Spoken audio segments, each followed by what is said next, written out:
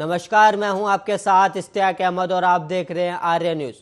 स्वागत है आपका उत्तराखंड के खास बुलेटिन में। उत्तराखंड के उत्तरकाशी जिले में रविवार रात को बादल फटने की घटना के बाद 3 गांव में बर्बादी का मंजर पसर गया है।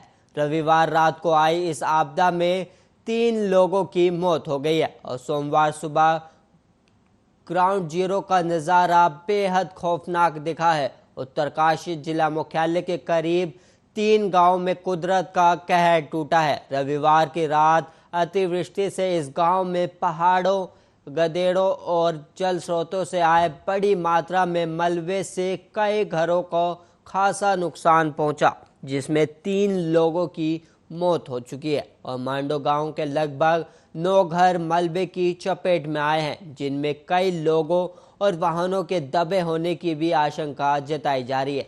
फिलहाल मौके पर एनडीआरएफ, एसडीआरएफ और एसटीएफ और पुलिस पहुंच चुकी है और राहत बचाव का कार्य शुरू कर दिया गया है। इसके अलावा नीराकोट और पनवाड़ी में भी मलबा आने से खासा नुकसान पहुंचा है।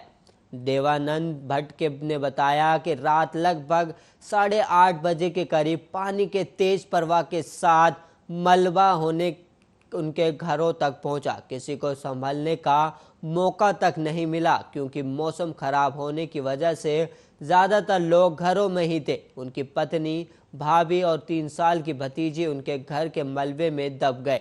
इसके अलावा मांडो के 8 अन्य घरों में खासा नुकसान होने की बात कही जा रही है। फिलहाल किस घर में कितने लोग दबे हैं या फिर संपत्ति को कितना नुकसान हुआ है, इसका ब्यौरा अभी नहीं मिल पाया है और मलबा सड़क की ओर भी आया, जहां कई वाहनों के भी इसमें दबे होने की आशंका जताई गई है। और वहीं मौके पर पहुंचे भटवारी के एसडीएम देवेंद्र नेगी ने बताया कि भारी बारिश से गदेड़े में पानी आने से गांव की ओर मलबा आया है। 3 लोग लापता बताए गए। सीएम पुष्कर सिंह धामी ने से घटना को दुख बताते हुए कहा, ईश्वर से सभी के कुशल होने की कामना करता हूं।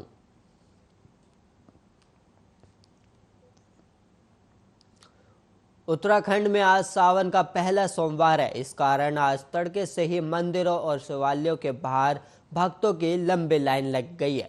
बारिश भी भक्तों की आस्था को डिगा नहीं सकी।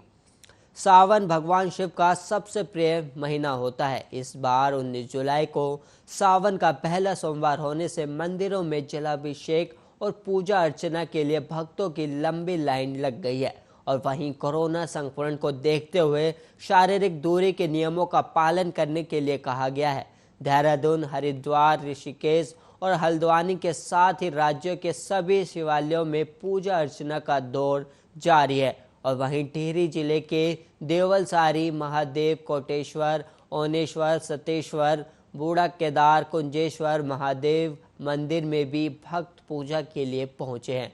और वहीं पंडित कामेश्वर प्रसाद उनियाल का कहना है कि भगवान शिव का जलधारा, बिलपत्र और दूध दही से अभिषेक करना चाहिए। सावन महीने में की गई शिव उपासना बहुत ही फलदायी होती है और इसका फल बहुत जल्दी मिलता है।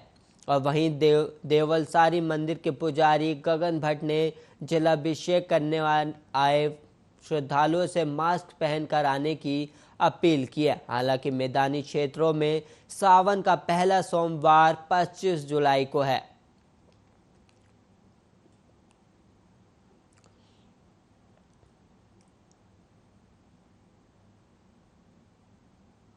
उत्तराखंड में शिक्षा विभाग में बड़े स्तर पर फेरबदल हुआ है। 9 अधिकारियों को नई जिम्मेदारियां सौंपी गई हैं। आर.के. कुंवर को निदेशक शोध और प्रशिक्षण अकादमी बनाया गया है। दरअसल आर.के. कुंवर लंबे समय से अस्वस्थ चल रहे थे।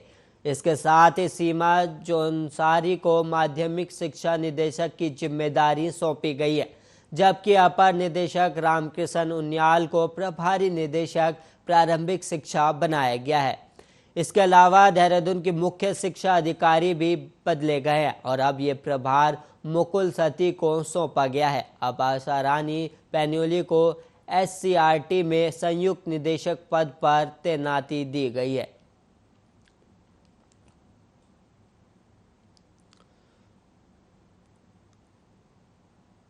उत्तराखंड की जनता को फ्री बिजली देने का प्रस्ताव तैयार हो गया है। फ्री बिजली के प्रस्ताव को ऊर्जा मंत्री हरक सिंह रावत के सामने रखा गया है।